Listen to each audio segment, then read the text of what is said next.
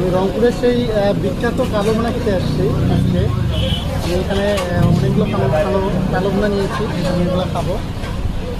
তো কেমন হয় এদিকে দেখেন, অনেক মানুষ কিন্তু রেডি হচ্ছে। আমরা আলদিমান্ডি দোকানের নাম, প্রায় আসি। দোকানের নামটা আজকে হুট করে এসে ভাবলাম একটা ভিডিও। দোকানের নাম হচ্ছে আম্মাজান। আমাজন। রংপুরে আম্মাজান। এখানে স্পেশাল হচ্ছে শুধু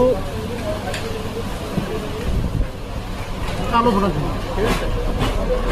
তো কীভাবে ভুনা খাই তারপর ভিডিও করবো। তো এগুলি আমি একটু দেখাই।